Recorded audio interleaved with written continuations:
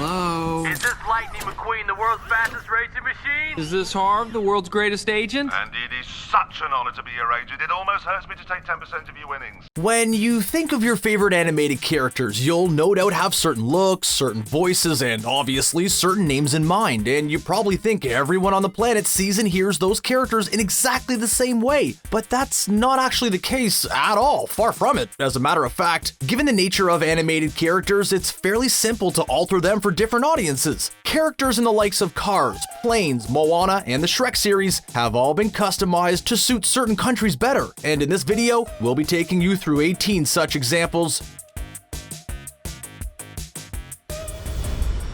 The 2016 Walt Disney Animation Studios offering Zootopia featured a world in which humans were essentially replaced by animals, with the animals doing things that humans would generally do in our world. They included, for example, a rabbit police officer, a pair of fox con artists, a crime boss shrew, and the mayor who came in the form of a lion. But there were also a pair of news anchors, one of whom was a snow leopard, and the other whose species depended entirely on the country in which they were watching the movie. For example, in the United States, Canada, and the United Kingdom, the other anchor was a moose. In China, the anchor was a giant panda. In Australia and New Zealand, the anchor was a koala bear. In Brazil, the anchor was a jaguar. And in Japan, the anchor was a tanuki, which is otherwise known as the Japanese raccoon dog.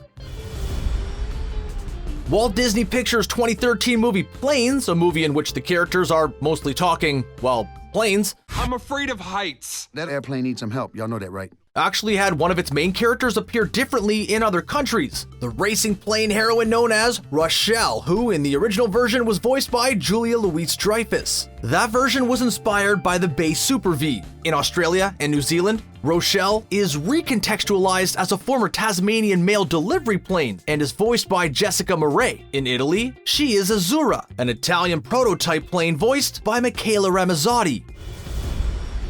WreckIt Ralph was the 2012 Walt Disney Animation Studios movie with John C. Reilly in the titular voice role. The movie was universally praised and featured an abundance of fun video game characters who crossed over into each other's games in an arcade, including some characters from Japanese video games. One minor character in the movie who went by the name of Minty Zaki, a racing character from the Sugar Rush games, was actually named after Japanese movie animator Hayao Miyazaki, whose work included the likes of The Castle of Cagliostro, Howl's Moving Castle, Ponyo, and The Wind Rises. However, she was surprisingly changed in the Japanese version of the movie. Minty's last name was changed to Sakura, and she underwent a complete image makeover. The character was given very prominent red lip gloss, short green hair with fringe bangs, and a hair bun that was rather bizarrely drizzled in chocolate. Sticking with WreckIt Ralph, Minty Zaki wasn't the only character from the movie who was changed for another country's version of it. In WreckIt Ralph, there was a character called Dr. Brad Scott. He was the deceased fiancé of Tamora Calhoun from the Hero's Duty game. In the general release version, Scott was voiced by Tim Mertens. Dynamite gal, dynamite gal. However, in the UK version, he was voiced by popular television and radio presenter Nick Grimshaw, a man probably best known for hosting a number of different shows on the UK's most listened to radio station, BBC Radio 1. 2016's Cars is a movie all about anthropomorphic cars and a variety of other anthropomorphic motorized vehicles. It is a brilliant offering from the always fantastic Pixar, and it famously utilized the voice talents of the likes of Owen Wilson, Paul Newman, Larry the Cable Guy, Bonnie Hunt, Cheech Marin, George Carlin, and Michael Keaton. But one character in the movie is voiced by two different people depending on the country. The character in question is Harv, Lightning McQueen's agent, who is never actually seen on screen, as McQueen only speaks to him over the telephone. Hello? Is this Lightning McQueen, the world's fastest racing machine? In the UK version of the movie, Harv is voiced by TV personality Jeremy Clarkson. Yeah, that would be great. We should totally... Yeah, whatever. Listen, I'll take care, mate. I've got to go. Bye. Which makes sense as Clarkson has famously hosted car shows like Top Gear and the Grand Tour, but in the general release version of the movie, Harv is voiced by American actor Jeremy Piven, who has no such link to the automotive world. The sequel to Cars, 2011's predictably named Cars 2, featured a character who went by the name of Jeff Gorvette and who was voiced by popular stock car racing driver Jeff Gordon. However, in various international versions of the movie, the character was both renamed and voiced by different real-life racing drivers who are better known in the countries in question, as stock car racing really isn't overly popular in most other parts of the world. In the Australian release of the movie, he was voiced by Supercars driver Mark Winterbottom and was renamed Frosty. In the Spanish release, he was voiced by Formula One driver Fernando Alonso and given Alonso's name. In the Russian release, he was voiced by Formula One driver Vitaly Petrov and given Petrov's name. In the Swedish release, he was voiced by touring car driver Jan Nilsson and renamed Flash. And in the German release, he was voiced by Formula One driver Sebastian Vettel. 2015's Inside Out is mainly set inside the mind of a young girl named Riley as she and her family attempt to adjust to new surroundings, but we also got to look into the minds of certain other characters, including some other members of Riley's family. While viewers in some versions of the movie, most notably the ones in North America, saw a hockey sequence playing out in Riley's father's mind during a dinner sequence with two teams of hockey players going at it, most of the world saw soccer on screen, or football if you prefer. The reason for the soccer version was because it's the most popular sport on the planet, whereas hockey's popularity is more localized and limited to a smaller number of countries. Disney icon Mickey Mouse is arguably the most recognized animated character on the planet, and he tends to go by the same name or an obvious variation of it everywhere in the world, but in Italy, he had his name changed from the very beginning because in the home of pizza and pasta, he goes by the name of Topolino. It all began way back in 1932. 4 years after Walt Disney made himself Steamboat Willie, the first Mickey Mouse cartoon. Italian editor Mario Narbini began making Mickey cartoons of his own, but he didn't secure the rights to his name or likeness, and so, for legal reasons, he began drawing a character called Topolino, which has two words which translates to Little Mouse in Italian. While he did eventually get the Mickey rights from Disney, Topolino cartoons had already become so popular that he made a slight change to that name and began calling Mickey himself Topolino, which is one word. 2016's Pixar movie Finding Dory featured a marine life institute, and the institute had an announcer who spoke on the recorded messages that were broadcast over its public address system. In the United States and various other English-speaking countries, that role is taken by Alien star Sigourney Weaver. For instance, in Brazil, it's journalist Marilia Gabriela in the role. In Poland, it's documentary narrator Krystyna Zubauna. And in Spanish, it's astronaut Rodolfo Nerivella, all of whom are playing themselves. Sadly, in the UK version, they couldn't get David Attenborough, the original Blue Planet narrator and one of the most iconic figures in broadcasting and naturalism in the country, to take on the role. The Teenage Mutant Ninja Turtles are modern pop culture icons, and while their very nature obviously requires the show to include a little bit of violence, it's hardly R-rated violence, and you would certainly never think that anything about the Turtles was too violent for kids. When the show originally hit the UK, the very name of the show was changed to Teenage Mutant Hero Turtles, because apparently the word ninja had too violent a connotation, which resulted in a heavily edited intro sequence. But poor Michelangelo suffered more than his teammates. You see, in the UK, nunchucks are restricted weapons, which meant Mikey's fight scenes were cut and replaced with him using a grappling hook called the Turtle Line instead. Thankfully, that's not the case anymore, but it certainly was when the show was first broadcast in the UK in the late 1980s. 2016's Moana might be a modern classic, but the lead character in the Walt Disney Animation Studios movie, and subsequently the movie's title, had to be renamed for its release in certain countries. In Italy, it had to be renamed because there is already a very famous Moana there, in the form of the late Moana Posey. Believe it or not, Posey was an adult film actress who passed away in 1994, but she was incredibly popular in mainstream circles as well. The name change was essential in that case, as a way of definitively distinguishing what is undoubtedly a children's movie from the adult industry. In a number of other European countries, such as Spain and Romania, the title of the movie and the name of the titular character needed to be changed for another reason. There was a copyright clash over the word Moana, as it is a brand name, so the movie is known as Vaiana.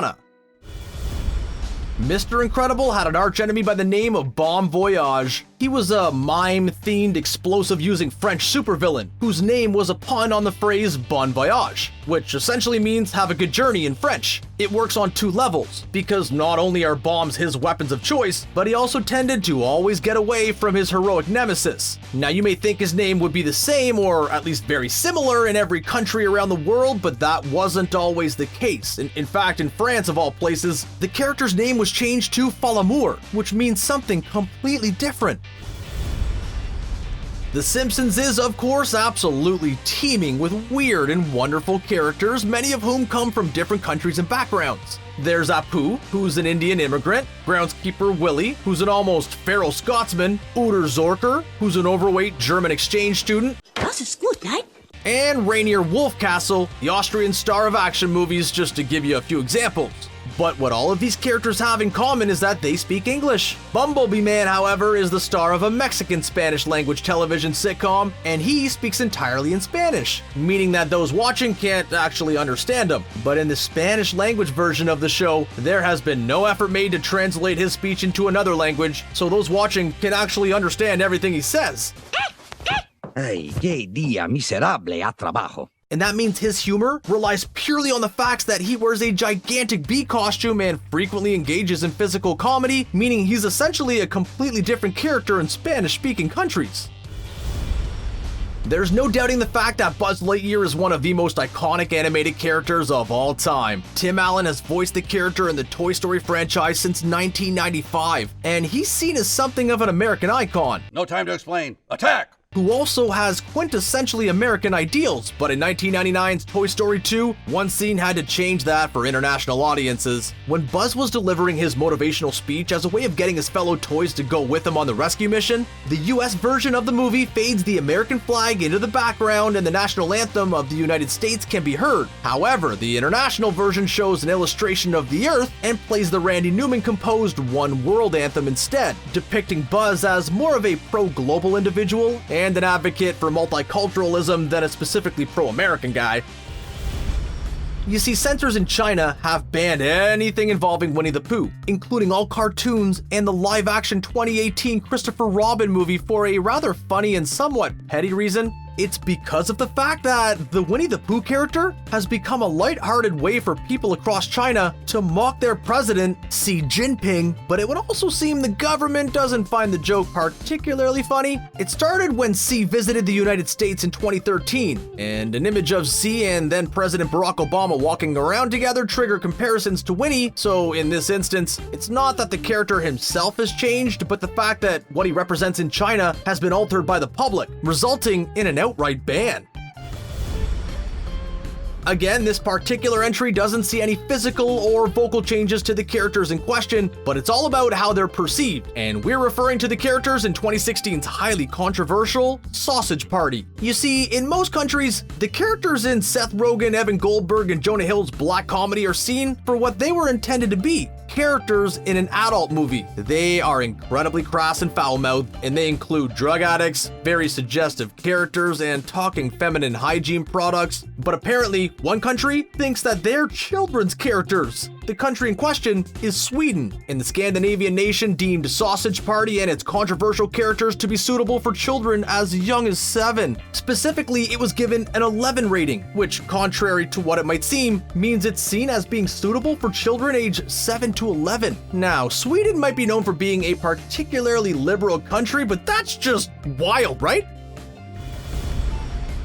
The Shrek series is one of the most popular movie franchises of all time, with a truly tremendous voice cast, jam-packed with major stars from around the world. The likes of Mike Myers, Eddie Murphy, Cameron Diaz, and Julie Andrews all voiced characters in the series, but some characters in 2004's Shrek 2, the sequel to the brilliant 2001 original, were voiced by different people depending on the country in which it was being shown. One such character was Doris the Ugly Stepsister. Doris was voiced by 2 different iconic talk show hosts in the US and UK versions of the movie, those being Larry King in the United States version and Jonathan Ross in the United Kingdom version respectively, both of whom are hugely popular in their respective countries. King, of course, has hosted the likes of Larry King Live and Larry King Now, while Ross has hosted the likes of Friday Night with Jonathan Ross and The Jonathan Ross Show.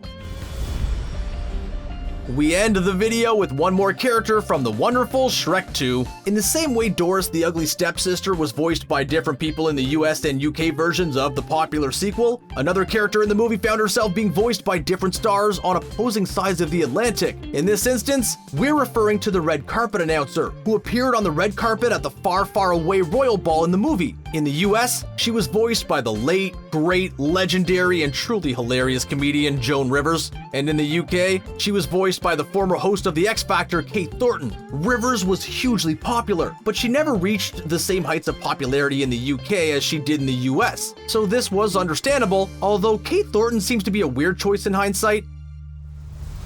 Did you enjoy the video? Do you know of any other animated characters who were changed in other countries? Let us know your thoughts in the comments section below, and don't forget to like, share, and subscribe to ScreenRant for more great videos like this one. Thanks for watching.